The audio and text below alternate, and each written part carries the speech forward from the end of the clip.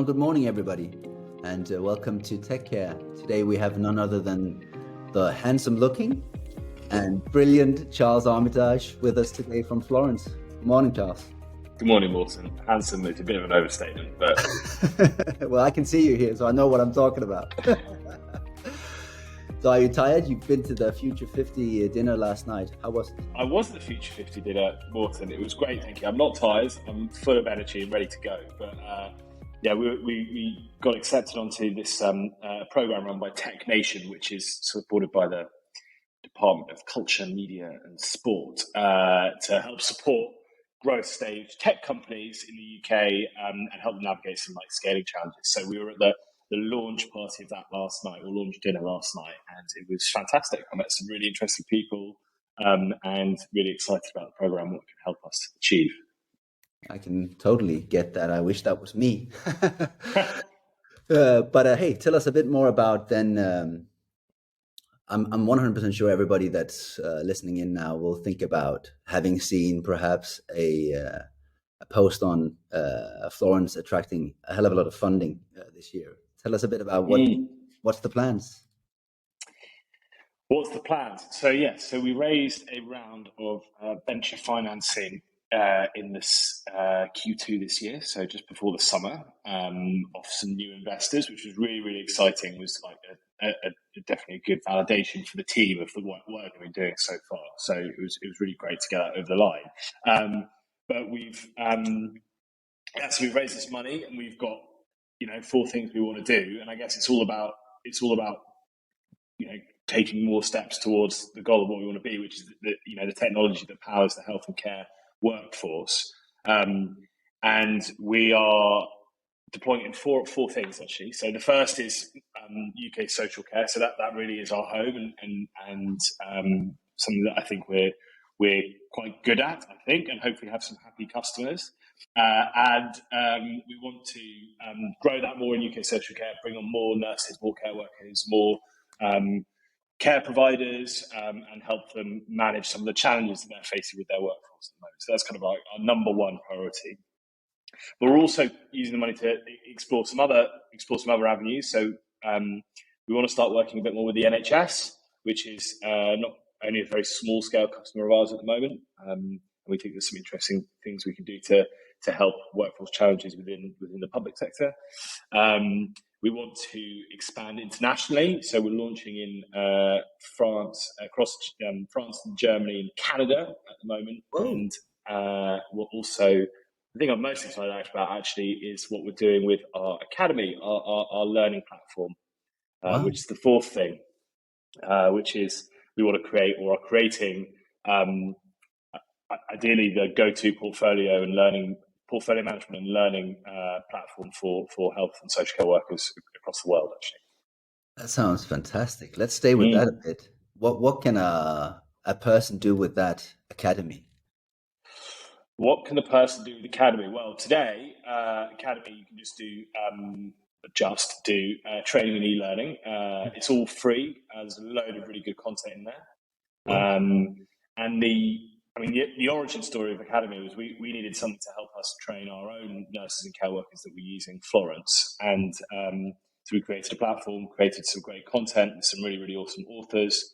And we put it out there on the internet, and it started to be picked up loads by people across the world, especially in non-UK countries. So by far and away, it's our most popular product. We've got hundreds of thousands of users on it. And so we're trying to, but it's all free. So costs a huge amount of money to provide Monetize that. Monetize later. We're not too worried about monetizing, because I think at our core, we all love learning and development. We think it's a really, really important thing for the sector to do, for us to help do that better. So beyond making money out of it, we're quite driven by that as a mission. Yeah. But then there's also an opportunity, we think, to if we can create the ecosystem for learning and development care, then the knock-on effects that would be really, really consequential, I think. So that's a really exciting product for us. So today, e-learning mainly within the platform, but moving much more towards helping train people when they're coming into care, bringing new starters into care, and also helping people upskill and professionally develop once they're in the system. You used the word origin. Let's go back to the whole origin. You were a doctor. Yes. You are still, but you're not working as one. Correct. What happened then? So that was back in 2016 or 2016, 2017. I was a doctor. I was doing my surgical training. So I was really keen on being a trauma surgeon. And that was the path I'd taken in life. And I kind of semi fell into Florence a bit by accident. So I was working in a department that had a really big reliance on agency staff, temporary staff, and the whole way that was set up was really inefficient, right? So we had these staffing agencies that were extremely expensive, getting new people in every day, didn't necessarily know the department. I would even sometimes then pick up weekends or holidays for some more pocket money, pick up agency shifts elsewhere. And I thought, well, that's kind of a pretty weird way to do it when I could be, exactly, bad for the system, bad for the workers, bad for the hospitals, bad for the patients, bad for the residents. So, and then with my co-founder, Dan, I was kicking around an idea of how we could solve with technology. And I met my co-founder, Dan, who was coincidentally doing the same thing. He kind of comes more from the care provider side of the equation. And so we got together in 2016 and we started to throw the idea around a bit and started to build a product. And it was a disaster, but it was, I guess the kernel of an idea, and it launched us off. And I think relatively quickly and early on in the journey, what became a sort of a bit of a side project hobby grew some legs, and I decided to pursue it. I mean, I didn't consciously, I'd say, quit being a doctor or stop being a doctor. It was in my mind a temporary thing that I was going to be coming back to once I'd scratched the itch. But almost 6 years later now, I'm still doing it. Yeah. That's a real startup story. And you mentioned Dan now, and obviously he's not with us here today, although I think that's fun. Yeah. But tell us a bit more about that dynamic duo. How did you meet, and what were the first conversations, and also a bit about Dan's background, because I know he came from a totally different. We met. We were sort of introduced by my aunt's friends, sons, whatever.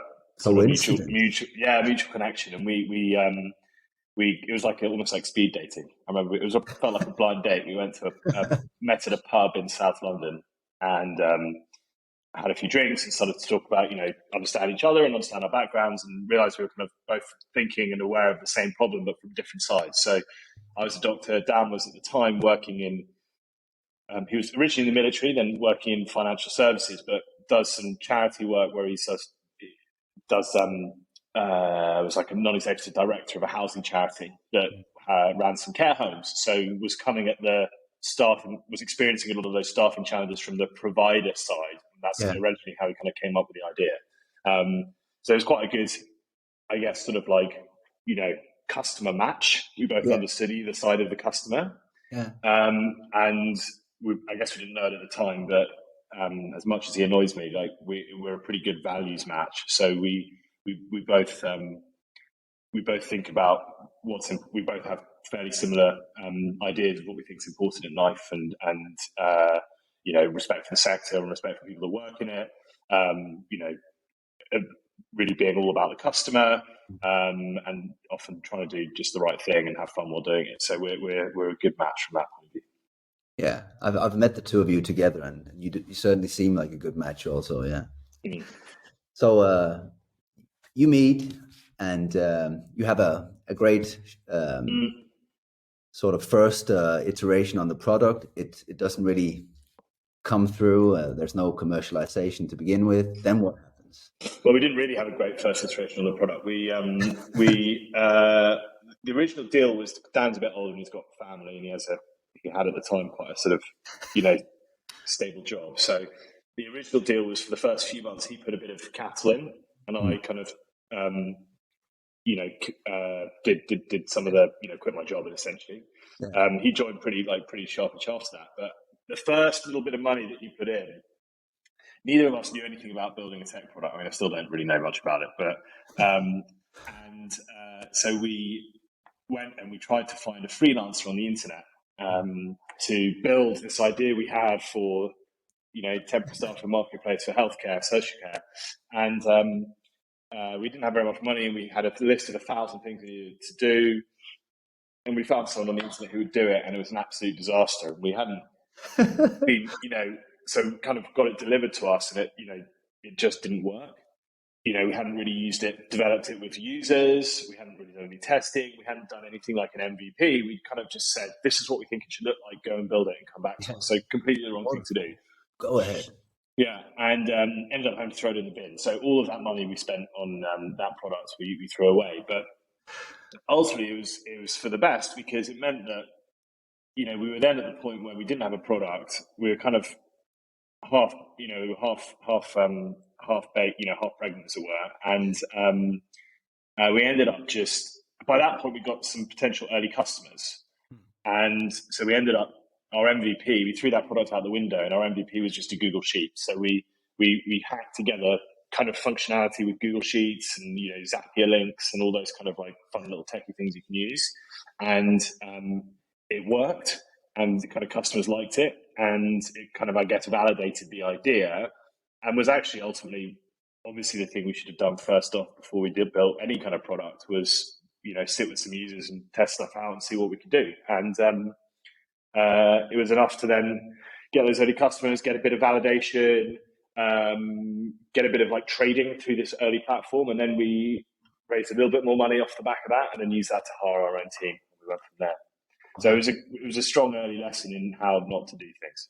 Yeah, it sounds very familiar, and having spoken to quite a lot of people, just of course on this show, but also off it, there are some really cool products also being made today who started just like this and are perhaps just right now doing exactly what you've done. Yeah, totally. It's not on the same the same product. So we did that, and then what happened? And then we raised a bit more money, and then hired some great people who kind of, again, didn't really know anything at the time. So people who had a few scar tissues from kind of previous tech kind of startups.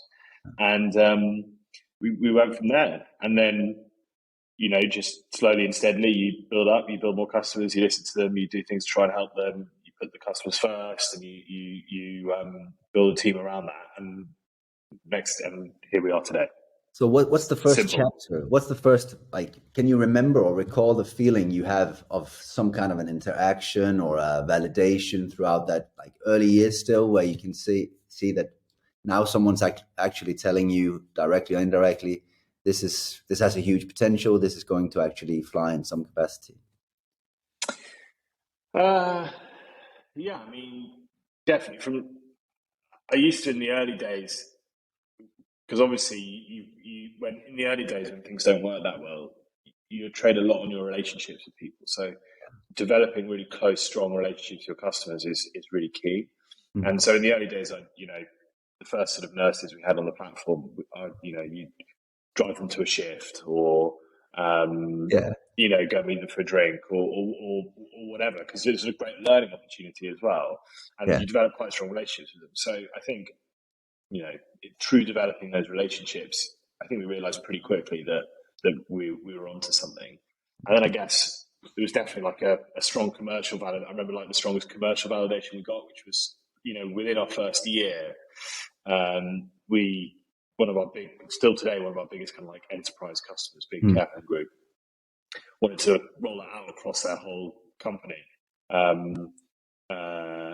So obviously we were sort of heads exploded, but that was great, because it was a real sort of this is actually a serious company with some serious people that work there who are getting value from this. So I would definitely remember that moment. Yeah. So fast forwarding to today's workforce climate and really crisis, is that an okay word to use? Mm-hmm. What's up and what's down? We are operating in a uniquely supply short or worker short crisis at the moment, and the headwinds that we've got against us are ginormous. And I'm normally a really optimistic person, but I don't really see how we're going to get out of it at the moment.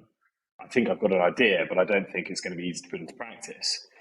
And the what's happening out there is we've got a huge requirement for increasing people working within health and particularly social care. With the number of people living longer and longer with increasing care needs is just going up massively. And if you look at the kind of like demographic population periods, that bulge of people who are entering like that caring needs stage is absolutely huge. Yeah. And there are many stats and projections around the kind of like increasing care workforce we're going to need over the next 10, 20, 30 years. But then we're just completely not on top of how we train or sort of like bring people into the sector, train them, develop them, and value them to the point where we retain them within the sector. And then you've got these big societal headwinds like, post-Brexit reduction in free movement of people, burnout post-COVID, people leaving the sector, wage inflation in competing sectors like retail and hospitality, and the inability of care providers because of the amounts of money they're getting from local authorities to kind of meet those increasing demands for wages, all mean that we're having this massive exodus of people from the workforce, and we're not doing anything to stem that or to kind of plug the gap. I can follow you, and I definitely see this issue, of course, across our customer board as well. That it takes priority right now. It's something that's so dire that it's got to be addressed. And I think you're right. We can't sit around and wait for a political climate to solve this for us altogether. And one stroke, that's simply perhaps never going to happen. So the problem is that sort of the political climate is all very much focused on the end, like service user, the patient or the resident, and a lot of the narratives around things like the cost of care, super important, or the quality of care, super important, but really a lot of that dialogue, I think, at a political level misses, I think, the most important driver of quality and within the system, which is like the workforce. And okay, there have been some initiatives recently around improving access to healthcare worker visas for people across the world, which is a good step. There's obviously some negative points around that of taking healthcare workers out of other countries that also need healthcare workers. Yeah. But essentially, what needs to happen is we need to wholesale change the way we think about the way we value work and care, and the remuneration and sort of and respect that those positions hold. Yeah. I mean, I'm actually long term relatively bullish on it though. So we're in this really tricky spot at the moment, but there are a lot of jobs as well that in the next 10, 20, 30 years are going to be automated away. So taxi drivers will at some point relatively soon no longer exist because cars will self-drive. A lot of jobs in things like retail and hospitality will become challenged as the way that we entertain ourselves and shop changes. Doctors are like increasingly being at least optimized, if not replaced, by machine learning, artificial intelligence, and improved systems. So, but the last job that we're going to manage to automate away by far is definitely care work, because no matter how good your robot is, it's not going to be as good at showing empathy, compassion, care, holding someone's hand, and guiding them through like life's challenging moments. So for me, we as a society need to jump on that transition and realise that caring for our people, vulnerable people in our population, is the most important job that we're going to need to do, and we need to wake up and start appreciating and remunerating that workforce for the work they do.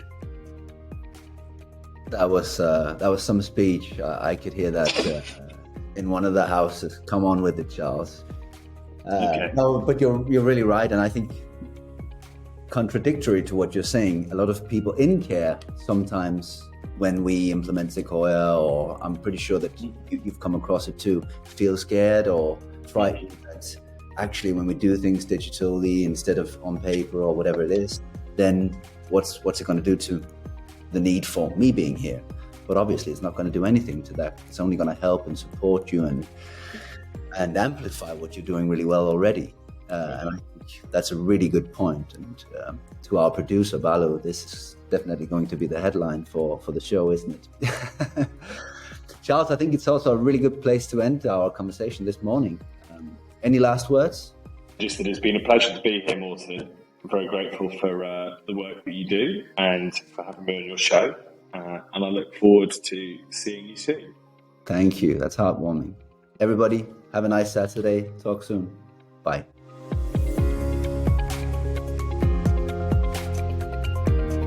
Thank you for listening. Don't forget to subscribe, review, and share your favorite Take Care podcast with your friends and colleagues. Until we meet next week, take care.